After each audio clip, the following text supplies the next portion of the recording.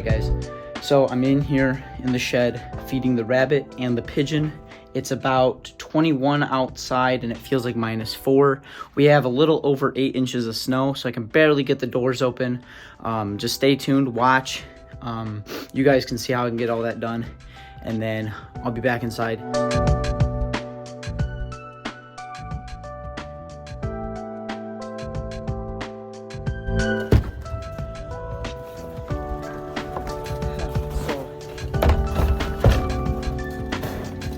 Like I said, it's about 21 degrees out and I can barely get the door open because of the snow. I'll have you guys take a look here. It's a lot of snow. Haven't seen this much snow in for like ever, so something I'm not totally used to. And then we'll go under the chickens and I'll show you how I do that.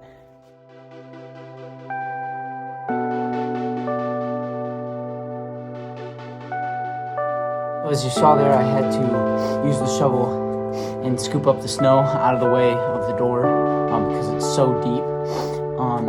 I just got the bowl out of their enclosure. I have to melt the ice and break it out of there, and then we're gonna move on to the feed and a couple of these scoops. I only have 3 chickens. We'll do them great until tomorrow when they get fed again. They aren't laying much in the winter. That's understandable. I'm gonna break out this ice and then I'm gonna fill it up with water, and then I'll show you how I put the food in their little container so they can eat out of it.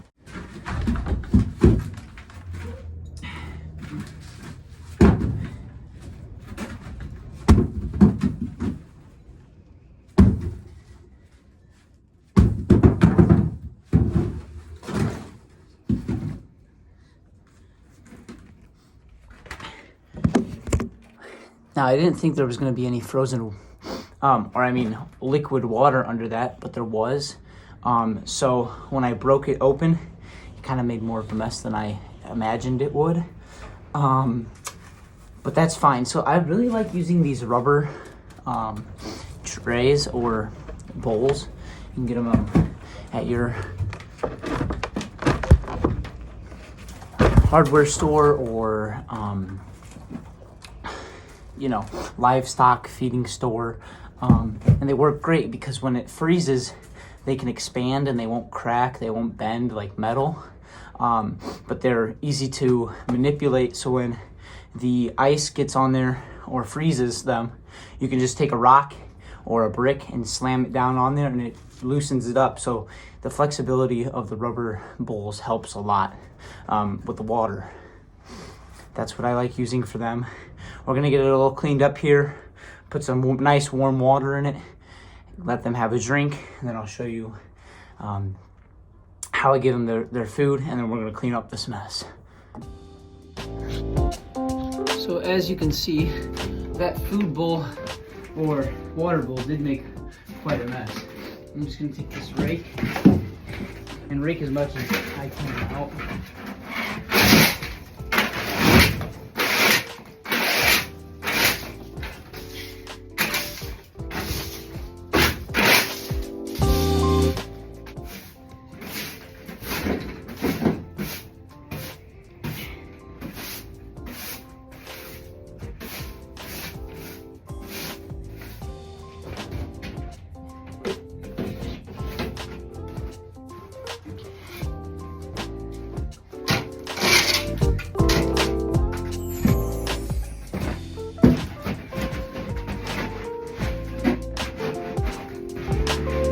As you can see, I put some fresh snow over it just so I could loosen some of that thicker mud and get it out of here as best as I could. It should crustify, and later on I should be able to sweep it out much better than what it is now. Move back over to the bowl, get that all cleaned out, set it up in the chicken's coop, and then show you what we've been working with and getting fed.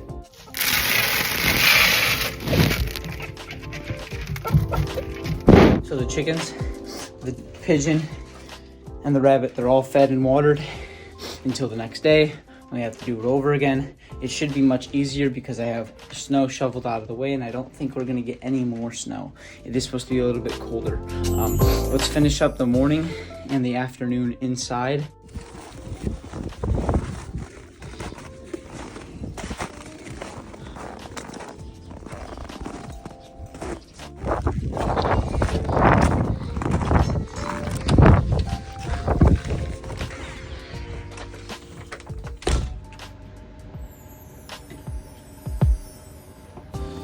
We are back in from the cold, and today is my first vlog day, my first real vlog.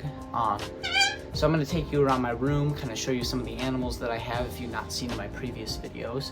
I have like 3 hamsters, a couple snakes, a tortoise, and a few parrots that are really cool, and I want you guys to see that. Also, you know, I just really like showing my passion for animals, and want to show you guys how I'm kind of building my passion and making it something bigger every day. So this right here is my first hamster. She's just a Syrian hamster, long fur.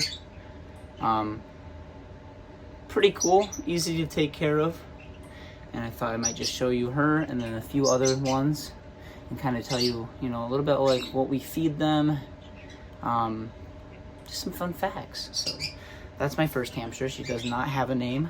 And we have 2 more females, so they don't have names. So if you guys think you have any names for them out there, let me know and we'll name them. The one I do call Turtle because she kind of acts like a turtle. She had this little hide and she'd move it around like a turtle. So I think we're gonna keep that one as Turtle, but there's 2 more just like this, and I need some names for them. And then this is my other hamster. She's got a lot fluffier butt than the other one. But really we just feed these guys a variety of seeds, hamster food that you can pick up at a pet store. And then I also do feed them crickets and mealworms, super worms, and roaches, and they love them. I do give them those things sparingly, but no, they're great. I've had these guys for about 4 months now, and they're a great beginner pet. So if you're looking for something that's easy to control, like odor, food, just general care, hamsters are pretty much the way to go. So if you're looking for something, consider a hamster. They're low maintenance, fresh food, water every day. And then I do like to give mine a variety of bugs and hamster food. They do like sunflower seeds. They do like, not salted of course, but they do like sunflower seeds, corn. Fresh fruits and vegetables is what they like also, so you can feed them those. A change of plans. We're getting 1 bale of hay for the chickens, and then we'll finish up the rest of the day inside. So it's a little later of the day today, but we've got our bale of straw here. I'm putting it into this old chicken coop to store it. And we're gonna cut it open, and we're gonna put a few in with the other chickens in that chicken coop. So let me get to that, and then I'll show you all the setup and what we've got going.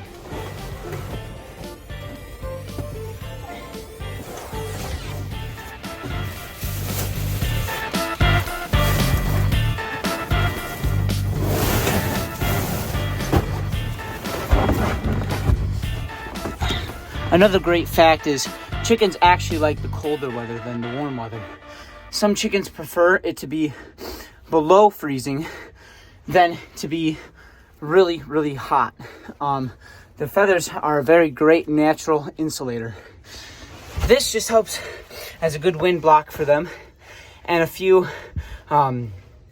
layers of insulation for their feet. And then we're gonna set up a box.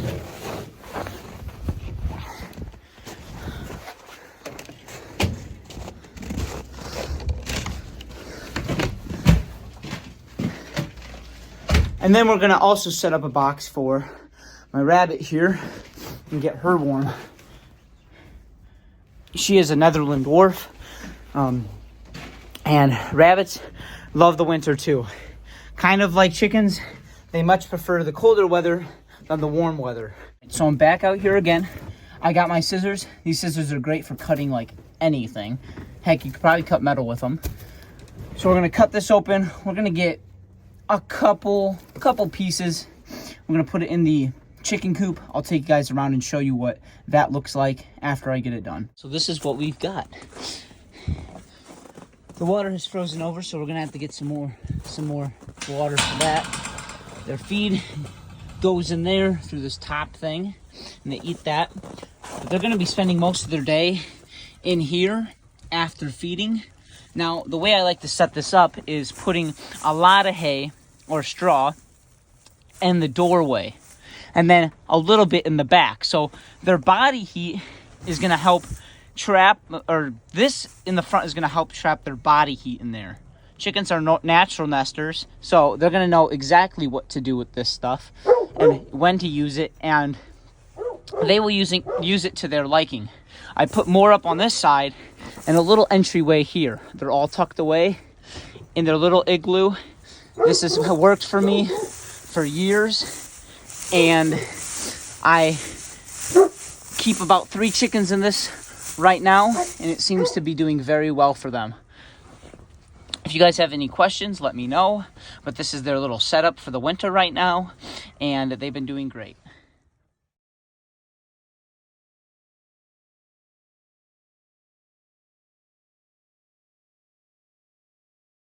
This is what we've got going now.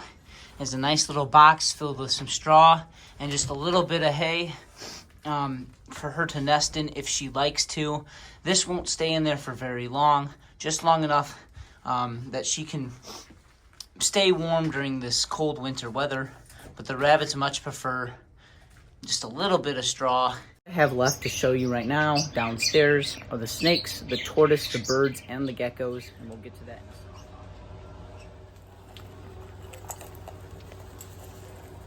Treadway.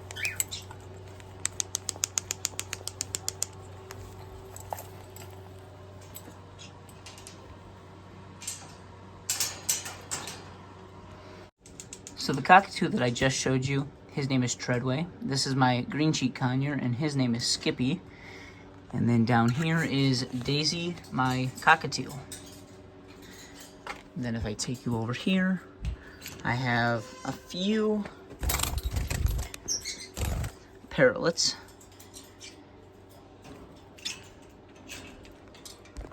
Here is my GHI ball python. I've had him roughly a year and a half.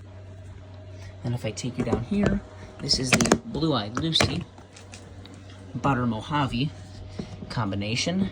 She's got a little bit of a dirty enclosure. She just got done with the shed, but she's right there.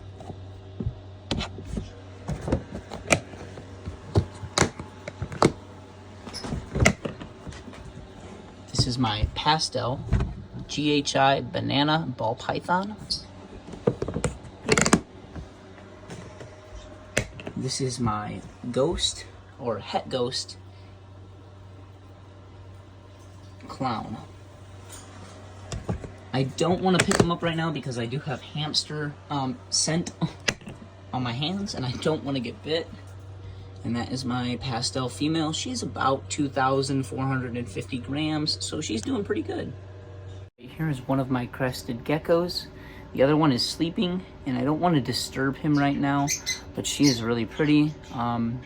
She does fire up really, really orange and almost sometimes red, and she's got some really dark black spots that come in like Dalmatian.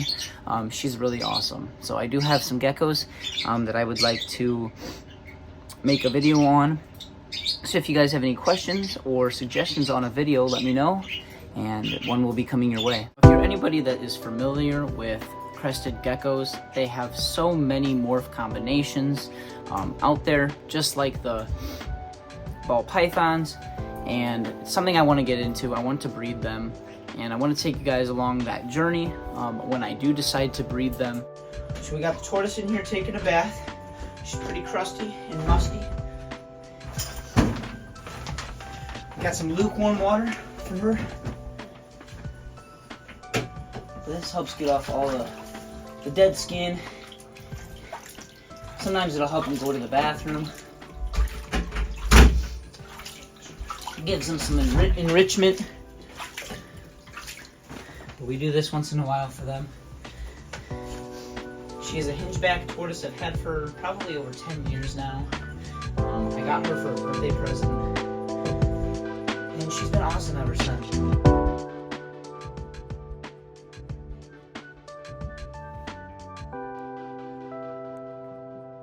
And thank you for watching. Please like and subscribe for more content. Hit the bell notification so you are notified each time new content is put out.